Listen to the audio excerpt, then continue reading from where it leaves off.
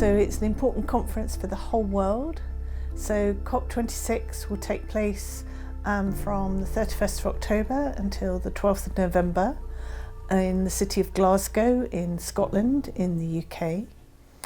And it's the United Nations Climate Change Conference. So COP is something, COVID aside, that normally happens every year. Because sadly of the pandemic and the tragedy that has meant for so much of the world, we've had to postpone from November 2020 until this year. But this is a very, very important COP indeed, as we have all seen from the news. Extreme weather events are happening with increasing frequency. We've just seen a big report by the IPCC, the International Intergovernmental Panel on Climate Change. The science is undeniable that climate change is happening, and of course Belize and this region are already living that reality. So climate change is here, and climate change is going to get worse. And that means impacts on our environment, but most crucially, impacts on people. And so the world has to come together to look at ways in which we can address this challenge, and how we can ensure that the world stays on track to keep 1.5 alive. And what that means is limit global temperature rise to no more than 1.5 degrees, which is very challenging. But the science tells us it is possible. But it's only possible if the world acts now, and acts with ambition and urgency in this next decade. So that's what the conference is all about. Well, overall for COP26 we have 4 key objectives. So first of all on mitigation, to reduce carbon emissions, and all governments have a role to play in that.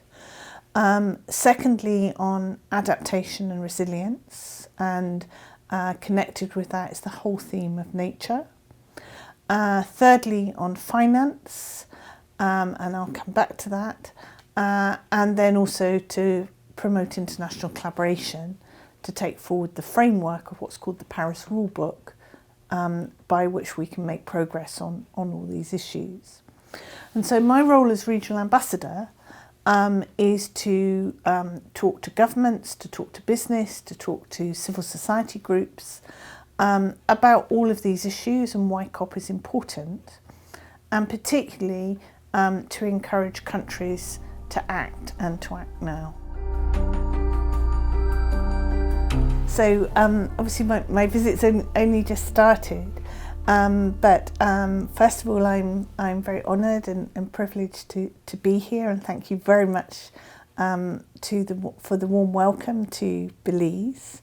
And so I've just had the opportunity to meet with the Minister for the Blue Economy. I'm also going to be talking to the Finance Minister, and also talking to the Minister for Climate Change and Sustainability and Risk Management later today. And earlier this morning I also had the opportunity to meet representatives from the 5 Cs, the Caribbean Community Centre for Climate Change.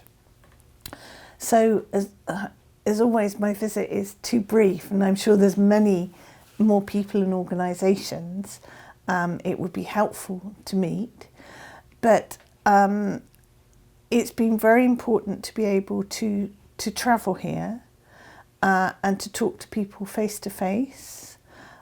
We've all done lots and lots of Zoom conferences and meetings in the last year, and I think it's wonderful the way the technology has enabled us to speak to one another across the world.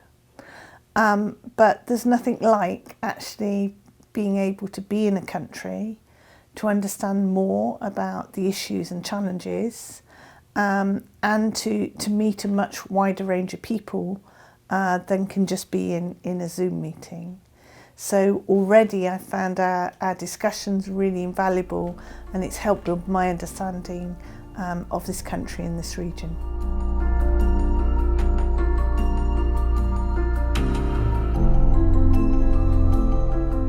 So that's a very important part of our work as the presidency.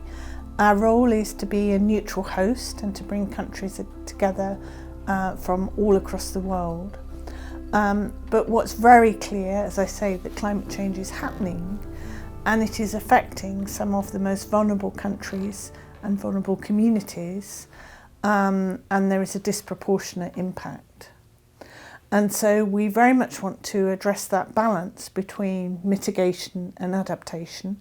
Both are very, very important, but we also think it's very important that there is a focus on the most vulnerable countries and populations, and that we all mobilise to help those communities. And also I think those countries have a very important message for the rest of the world, because you are living the reality and sadly know what this is like, and the rest of the world needs to realise that that's going to happen to them too. And so there's a responsibility on all of us to act and act quickly. So you have a beautiful, precious country here that is also rich in its natural environment, both the green environment but also the ocean environment. And that's a precious, precious resource, and everybody can act to take care of that. So, for example, plastic pollution, carrier bags, even the face masks that we all have to use, all too easily can end up in the ocean. Polluting the ocean then affects marine life. So, for example, with plastics, they can enter the food chain for fish, and then ultimately that fish that you buy in the market, that's going to be a problem in the quality of that fish. So the small things that we can all do to take better care of our environment, small things we can all do as individuals. And also people's voice is very, very important, and particularly the voice of young people, because this is about the planet of the future. And so people urging the government to act, helping the government to act is also important.